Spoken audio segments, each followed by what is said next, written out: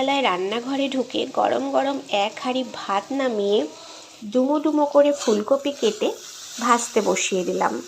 ফুলকপি ভাজা কিন্তু আমার অসাধারণ লাগে খেতে।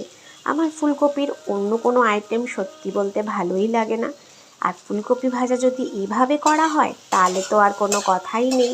ফুলকপি এরকম ডুমো ডুমো করে কেটে তেল গরম করে তার মধ্যে একটু কালো জিরে ফোড়ন দিয়ে কাঁচা লঙ্কা চিড়ে পরিমাণ মতন লবণ, পরিমাণ মতন হলুদ, আর এই যে দেখতে পাচ্ছেন আসল যে জিনিস সেটা হচ্ছে একটু চিনি।